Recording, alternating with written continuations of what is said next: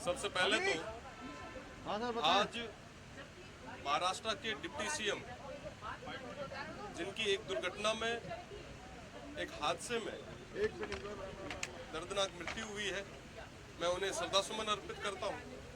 और साथ में कई लोगों के और भी हताहत होने की सूचना मिली, मैं श्रद्धासुमन अर्पित करता हूं। आज गवर्नर साहब का अभिभाषण है, इसमें पिछले साल का ब्यौरा भी होगा, आने वाली रणनीति सरकार की जो दिशा है वो भी प्रदेश के सामने आएगी।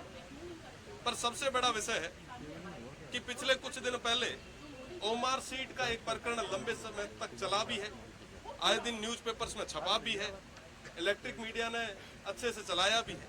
हकीकत यह है कि दोनों ही सरकारें युवाओं के भविष्य के साथ फुटबॉल खेल रही है। पहले भी पेपर लीक कई बार हुए, उन तमाम चीजों से, उन तमाम धारणाओं से युवा उठे भी नहीं थे। उससे पहले ओमार सीट जैसे प्रकरण और आगे आ गए। जब बाढ़ ही खेत को खाएगा तो बचाएगा कौन? और दोनों ही सरकारें बारी बारी से युवाओं के भविष्य के साथ खिलवाड़ कर रही। मैं वेस्टर्न राजस्थान से आता हूँ, रेगिस्तान से आता हूँ।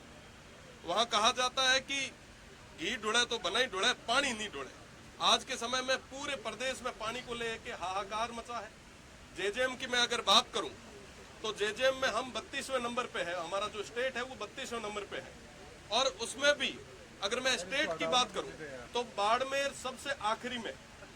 निश्चित रूप से इन तमाम विषयों पे बात होनी चाहिए। मैं माननीय स्पीकर साहब से निवेदन करना चाहूंगा कि आप पेपर लीक पे, जेजेएम पे, यहाँ के हेल्थ और एजुकेशन के सिस्टम पे एक विशेष चर्चा कराएं। हेल्थ की मैं अगर बात करूं तो आपने पिछले दिनों देखा होगा कि जैसलमेर में एक बस दुखांतिका हुई, कई सारे लोगों के हताहत होने की सूचना मिली।